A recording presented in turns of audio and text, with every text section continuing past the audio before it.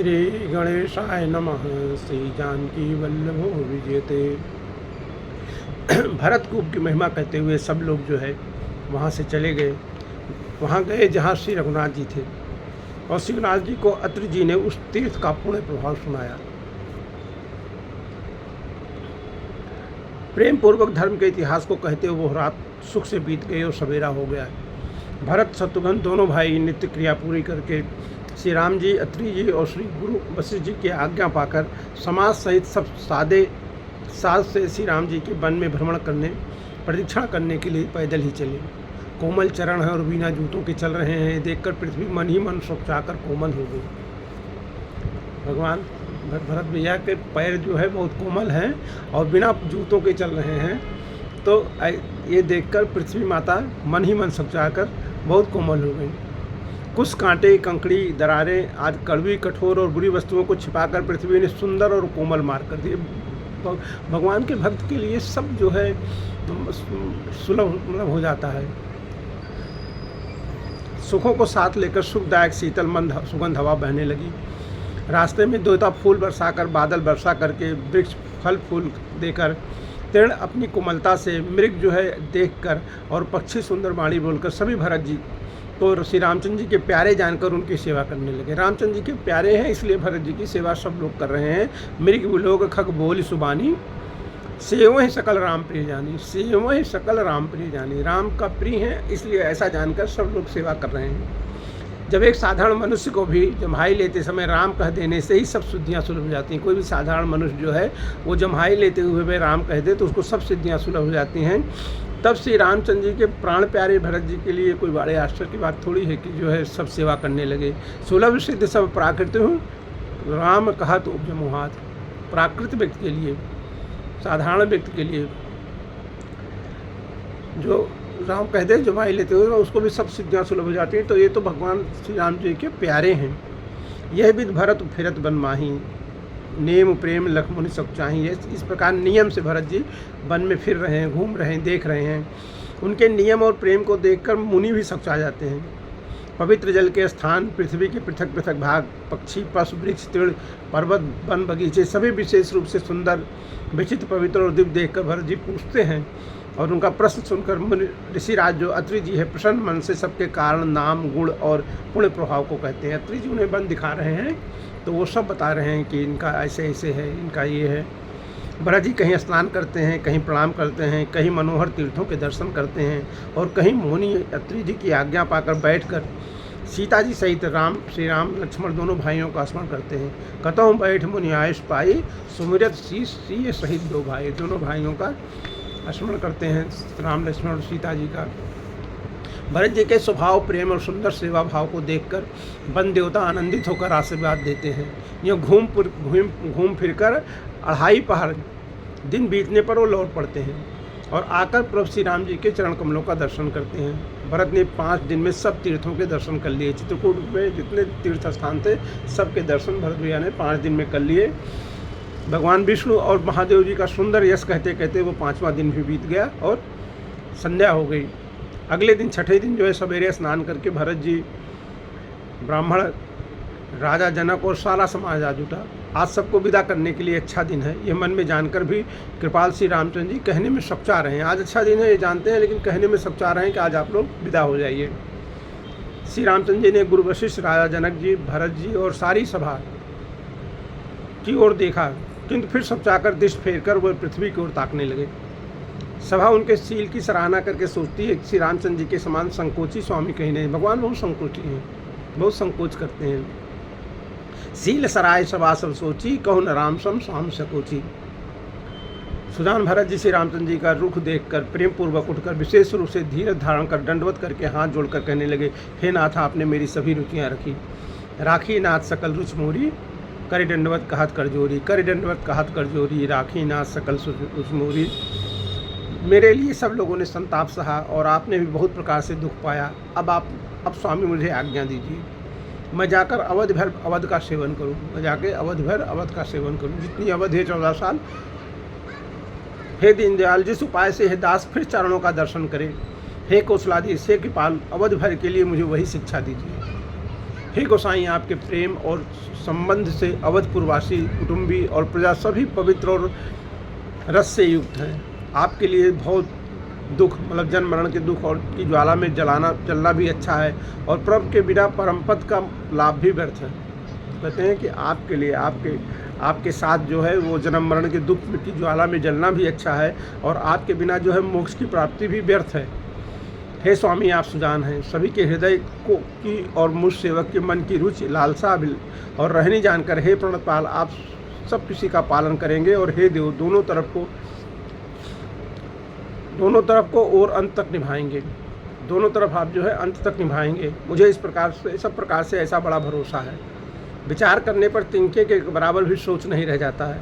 मेरी दीनता और स्वामी का स्नेह दोनों ने मिलकर मुझे ज़बरदस्ती ढीठ बना दिया है।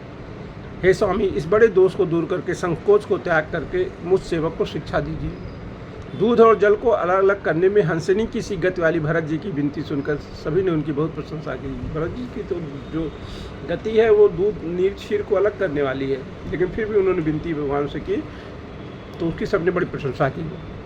दीन बंधु और परम चतुर श्री राम जी, भाई भरत जी ने दीन और छल रहित वचन सुनकर देश काल और अवसर के अनुकूल वचन बोले। श्री राम जी बोल रहे हैं, कह रहे हैं कि हे तात, तुम्हारी, मेरी, परिवार की, घर की और वन की सारी चिंता गुरु वशिष्ठ जी और महाराज जनक जी को है। और ये कह रहे, तात तुम्हार मोर परिजन की चिंता गुरु ही निरपह घर वन की। सबकी चिंता है जो है वो वशिष्ठ जी और महाराज जनक जी को है। हमारे सिर पर जब गुरु जी, मुनि विश्वामित्र जी और मिथिला पर जनक जी हैं, तब हमें और तुम्हें स्वप्न में भी क्लेश नहीं है। भरत जी, एक तरह से भरत जी भगवान कह रहे हैं कि अपने मन में, अपने में आप में कर्ता मन का भाव मत लाइए, क्योंकि भरत जी के दुख का कारण ही यहीं से शुरू हुआ कि इस सब अनर्थ का मूल मैं हूँ।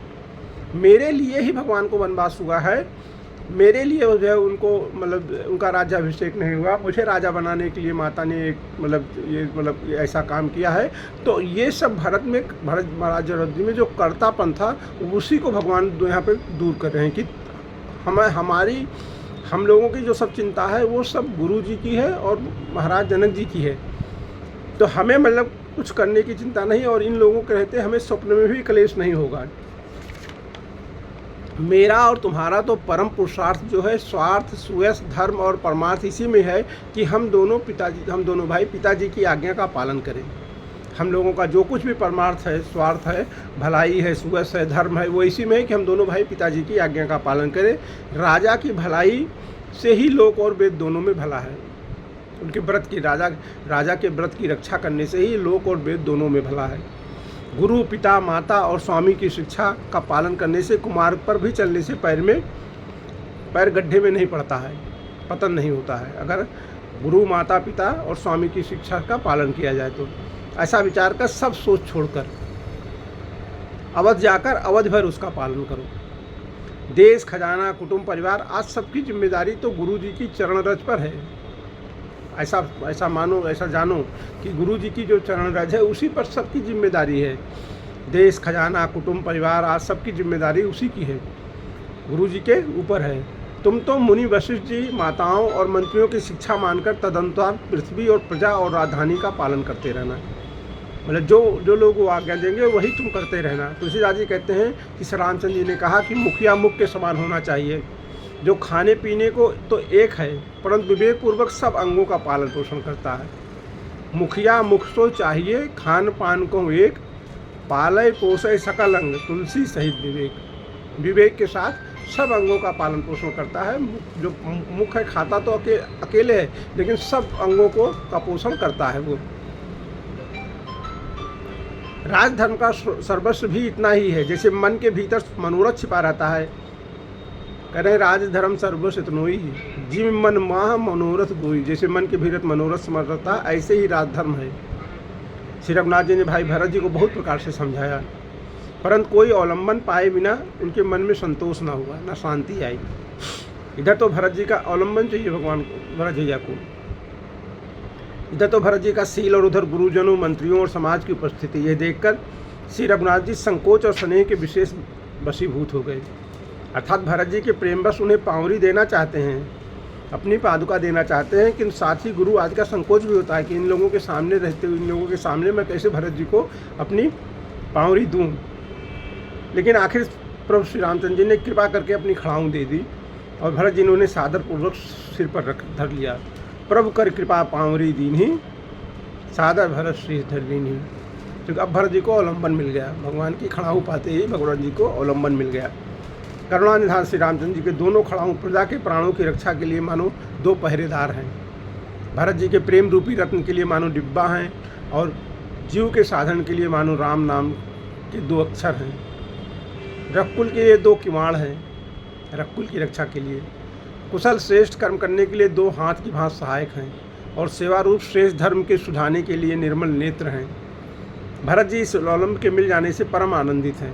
उन्हें ऐसा ही सुख हुआ जैसे सीताराम जी के रहने से होता है। ऐसा हो रहा है जैसे सीताराम जी ही मिल गए हैं। भरत जी ने प्रणाम करके विदा मांगी, तब श्री रामचंद्र जी ने उन्हें हृदय से लगा लिया।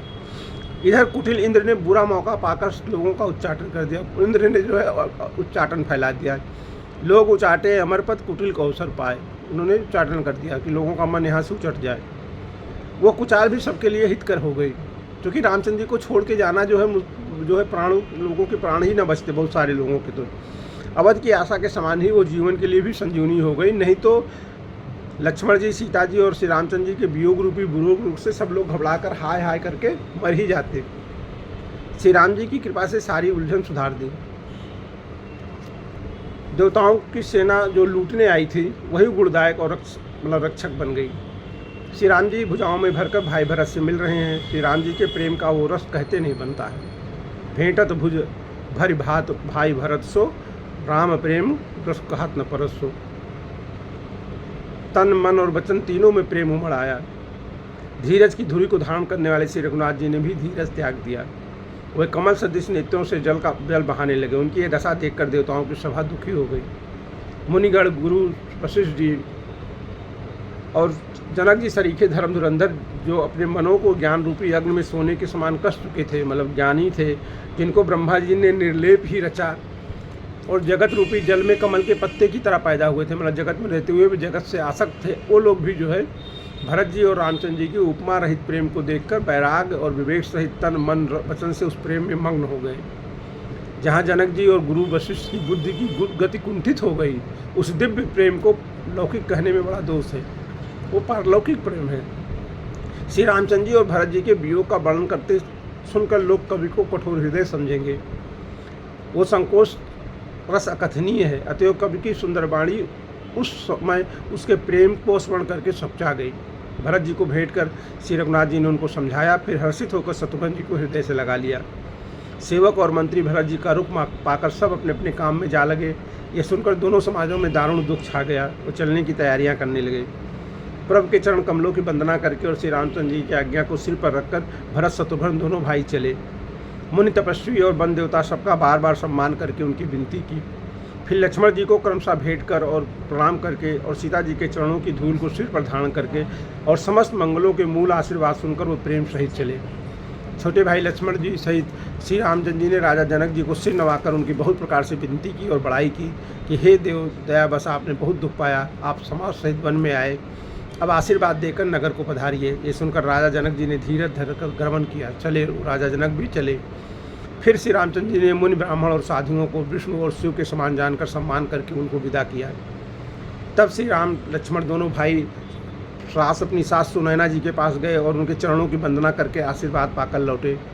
फिर विश्वामित्र, वामदेव, जाबाल और शुभ आचरण वाले कुटुंबी, नगरवासी और मंत्री सबको छोटे भाई लक्ष्मण जी सहित श्री रामचंद्र जी ने यथायोग विनय एवं प्रणाम करके विदा किया। कृपा निधान श्री रामचंद्र जी ने छोटे, मध्यम और बड़े सभी श्रेणी के स्त्री पुरुषों का सम्मान करके उनको लौटाया। भरत जी की माता कैकेयी के चरणों की वंदना करके प्रभु रामचंद्र जी ने पवित्र प्रेम के साथ उनसे मिल भेंट करके और उनके सारे संकोच और सोच को मिटाकर पालकी से आकर उनको विदा किया। भरत मातु पद बंद प्रभु सुचि स्नेह मिल भेंट, विदा की सज पालकी सकुच सोच सब मेट। उनका सब संकोच और सोच मिटा दिया। प्राण प्रिय पति श्री रामचंद्र जी के साथ पवित्र प्रेम करने वाली सीता जी नैहर के कुटुंबियों से तथा माता पिता से मिलकर लौट आई। फिर प्रणाम करके सब सासुओं से गले मिलकर मिली। उनके प्रेम का वर्णन करने के लिए तुलसीदास जी कह रहे हैं कि कब के हृदय में कोई उत्साह नहीं है। उनकी शिक्षा सुनकर और मनचाहा आशीर्वाद पाकर जो है सीता जी सासुओं तथा माता पिता दोनों ओर की प्रीति में समाई रहीं। तब रघुनाथ जी ने सुंदर पालकियाँ मंगवाई और सब माताओं को आश्वासन देकर ऊपर चढ़ाया। दोनों भाइयों ने माताओं से समान प्रेम से बार बार मिलजुल कर उनको पहुंचाया। भरत जी और राजा जनक जी के दलों ने घोड़े, हाथी और अनेकों प्रकार की सवारियां सजाकर प्रस्थान किया। सीता जी और लक्ष्मण जी रामचंद्र जी को हृदय में रखकर सब लोग बेसुध हुए चले जा रहे हैं। बैल, घोड़े, हाथी और आज पशु हृदय में हारे हुए परवशमन मारे चले जा रहे हैं। गुरु वशिष्ठ और गुरु पत्नी अरुंधति जी के चरणों की वंदना करके सीता जी और लक्ष्मण जी सहित श्री रामचंद्र जी हर्ष और विषाद के साथ लौटकर पर्णकुटी आए। फिर सम्मान करके निषाद राज को विदा किया। वो चला तो सही, किंतु उसके हृदय में बड़ा भारी विषाद है। विदा कीन सन्मान निषादु, चले हृदय बड़ विरह विषादु। फिर रामचंद्र जी ने जितने कोल, किरात, भील आदि वनवासियों को लौटाया, वो सब जोहार जोहार करके वंदना करके लौटे। फिर प्रभु श्री रामचंद्र जी, सीता जी और लक्ष्मण जी बड़ी की छाया में, जो बड़ वृक्ष की छाया में बैठकर परिजन एवं परिवार के वियोग से दुखी हो रहे हैं। भरत जी के स्नेह, स्वभाव और सुंदर वाणी को बखान कर वह प्रिय पत्नी सीता जी और छोटे लक्ष्मण भाई से कहने लगे। श्री रामचंद्र जी ने प्रेम के वश होकर भरत जी के वचन, मन, कर्म की प्रीति और विश्वास का अपने मुख से वर्णन किया। उस समय पशु पक्षी और जल की मछलियाँ, चित्रकूट के सब जड़ चेतन जीव उदास हो गए। श्री रघुनाथ जी की दशा देखकर देवताओं ने उन पर फूल बरसाकर अपने अपने घर की दशा कही। प्रभु रामचंद्र जी ने उन्हें प्रणाम करके आश्वासन दिया कि भाई अब तुम्हारा, तब वे प्रसन्न होकर चले। मन में अब जरा भी डर नहीं रहा देवताओं के। छोटे भाई लक्ष्मण जी और सीता जी प्रभु समेत श्री रामचंद्र जी पर्णकुटी में ऐसे शोभित हो रहे हैं जैसे मानो वैराग्य, भक्ति और ज्ञान शरीर धारण करके शोभित हो रहे हैं। मुनि ब्राह्मण, गुरु वशिष्ठ जी, भरत जी और राजा जनक जी, सारा समाज श्री रामचंद्र जी के विरह में विह्वल है। प्रभु के गुण समूहों का स्मरण करते हुए सब लोग मार्ग में चुपचाप चले जा रहे हैं। पहले दिन सब लोग जमुना जी उतर कर पार हुए। वो दिन बिना भोजन के ही बीत गया। दूसरा मुकाम गंगा जी उतर कर हुआ सिंहबेरपुर में, जहाँ राम सखा निषाद जी आदि सब सुप्रबंध किया। उतर दूसर बासु, राम सखा सब कीन सुपासु, सब सुपास जो है निषाद राज जी ने किया। फिर सही उतर कर गोमती में स्नान किया और चौथे दिन सब अयोध्या जी जा पहुँचे। जनक जी 4 दिन अयोध्या जी में रहे और राजकाज एवं सब साज समाज को संभाल कर तथा मंत्री, गुरु जी और भरत जी को राज्य सौंप कर सारा समाज साज सामान ठीक करके अपने जनकपुरी को चले गए। नगर के स्त्री पुरुष गुरु जी की शिक्षा मानकर श्री रामचंद्र जी की राजधानी अयोध्या जी में सुखपूर्वक रहने लगे। सब लोग श्री रामचंद्र जी के दर्शन के लिए नियम और उपवास करने लगे। वह भूषण और भोग सुखों को छोड़कर केवल अवध की आशा पे जी रहे हैं कि 14 वर्ष जो है वो आशा लगाए बैठे हैं कि 14 वर्ष बाद भगवान के चरण कमलों के दर्शन होंगे। भरत जी ने मंत्रियों और विश्वासी सेवकों को समझाकर उद्यत किया। वह सब सीख पाकर अपने अपने काम में लग गए। फिर छोटे भाई शत्रुघ्न जी को बुलाकर शिक्षा दी और सब माताओं की सेवा उनको सौंपी। शत्रुघ्न जी को सब माताओं की सेवा सौंपी भरत जी ने। ब्राह्मणों को बुलाकर भरत जी ने हाथ जोड़कर प्रणाम कर अवस्था के अनुसार विनय और निहोरा किया कि आप लोग ऊंचा नीचा, छोटा बड़ा, अच्छा मंदा, जो कुछ भी कार्य हो उसके लिए आज्ञा कीजिएगा, संकोच न कीजिएगा। ब्राह्मणों को उन्होंने आश्वासन लिया। फिर भरत जी ने परिवार के लोगों को, नागरिकों को, अन्य प्रजा को बुलाकर उनका समाधान करके उनको सुखपूर्वक बसाया। फिर छोटे भाई शत्रुघ्न जी सहित वो श्री गुरु जी के घर गए और दंडवत करके हाथ जोड़कर भरत जी कह रहे हैं कि आज्ञा हो तो मैं नियम पूर्वक रहूं। मुनि वशिष्ठ जी पुलकित शरीर और प्रेम के साथ बोले, हे भरत, तुम जो कुछ समझोगे, कहोगे और करोगे वही धर्म का सार होगा। आयस होए तो रहो सनेमा, नियम से रहूं, जैसे मुनि लोग रहते हैं, ऋषि लोग रहते हैं, ऐसे मैं रहूं अगर आपकी आज्ञा हो तो। और तब मुनि कह रहे हैं कि उन्होंने सप्रेम कहा कि भरत, जो कुछ तुम करोगे, जो कुछ तुम कहोगे और जो कुछ तुम समझोगे वही धर्म है, वही धर्म का सार होगा। समुझब करब तुम जोई, धर्म सार जग होई सोई, वही धर्म का सार होगा, जो तुम करोगे, जो तुम कहोगे, जो तुम समझोगे। भरत जी ने सुनकर और शिक्षा तथा बड़ा आशीर्वाद पाकर जोशियों को बुलाया और अच्छा मूड साध कर प्रभु की चरण पादुकाओं को निर्विघ्नता पूर्वक सिंहासन पर विराजित कराया। फिर भरत फिर भरत जी श्री रामचंद्र जी की माता कौशल्या जी और गुरु के चरणों में सिर निवाकर और प्रभु की चरण पादुकाओं की आज्ञा पाकर लेकर धर्म की धुरी धारण करने में धीरे भरत जी ने नंदीग्राम में पर्णकुटी बनाकर उसी में निवास किया। नंदीगांव कर परन कुटीरा कीन निवास धर्म धीरा। सिर पर जटाजूट और शरीर में मुनियों के वस्त्र पहनकर पृथ्वी को खोदकर उसके अंदर कुश की आसनी बिछाई। भोजन वस्त्र बर्तन व्रत नियम सभी बातों में वह ऋषियों के कठिन धर्म का प्रेम सहित आचरण करने लगे। असन बसन बासन व्रत नेमा करत कठिन ऋषि धर्म सुमेमा। जटाजूट सिर मुंडपट धारी मय खन कुश साथ ही सवारी। धरती को खोद कर उसमें जो है कुश बिछाकर वहाँ भरत जी रहते थे। गहने कपड़े और अनेकों प्रकार के भोग सुखों को मन तन और वचन से छोड़ दिया, उन्होंने त्याग दिया। फिर अयोध्या के राज्य को देवराज इंद्र सिहाते थे तथा जहाँ के राजा दशरथ जी की संपत्ति सुनकर कुबेर भी लजा जाते थे, उसी अयोध्यापुरी में भरत जी अनासक्त होकर इस प्रकार निवास कर रहे हैं जैसे चंपा के बाग में भंवरा हो। तहपुर बसत भरत बिन रागा चंचरीक जिन चंपक बागा। श्री रामचंद्र जी की प्रेमी बड़भागी पुरुष लक्ष्मी के विलास को बमन की भांति त्याग देते हैं। रमा विलास राम अनुरागी तजत बमन जिम जड़ बनभागी। श्री राम जी के जो प्रेमी बड़भागी लोग हैं वो लक्ष्मी के निवास को, विलास को, लक्ष्मी के विलास को बमन की भांति त्याग देते हैं। फिर भरत जी तो श्री रामचंद्र जी के प्रेम पात्र हैं।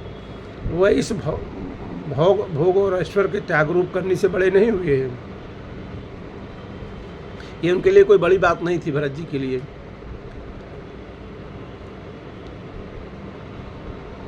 भरत जी का शरीर दिनों दिन दुबला होता जा रहा है। तेज अन्न घृत आदि से उत्पन्न हुआ वाला मेद घट रहा है।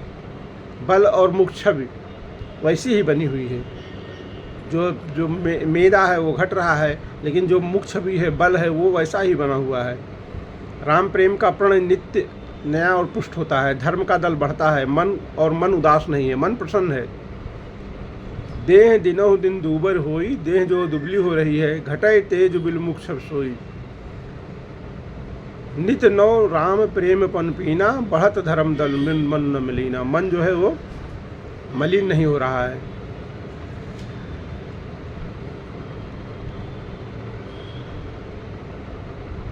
जैसे शरद ऋतु के प्रकाश से जल घटता है, किंतु वेद शोभा पाते हैं और कमल विकसित होते हैं। सम दम संयम नियम और उपवास आदि भरत जी के हृदय रूपी निर्मल आकाश के नक्षत्र हैं। विश्वास ही उस आकाश में ध्रुव तारा है। 14 वर्ष की अवध का ध्यान पूर्णिमा के समान है और स्वामी श्री रामचंद्र जी की सूरत स्मृति जो है वो आकाश गंगा सरीखी प्रकाशित है। राम प्रेम ही अचल और कलंक रहित चंद्रमा है। वो अपने समाज नित्य सहित सुंदर सुशोभित है। भरत जी के रहनी, समझ, करनी, भक्ति, वैराग, निर्मल गुण और ऐश्वर्य का वर्णन करने में सभी कवि जो है सब चाहते हैं, क्योंकि वहाँ स्वयं शेष, गणेश और सरस्वती की भी पहुँच नहीं है। वह नित्य प्रभु की पादुकाओं का पूजन करते हैं। हृदय में प्रेम समाता नहीं है। पादुकाओं से आज्ञा मांग कर वो बहुत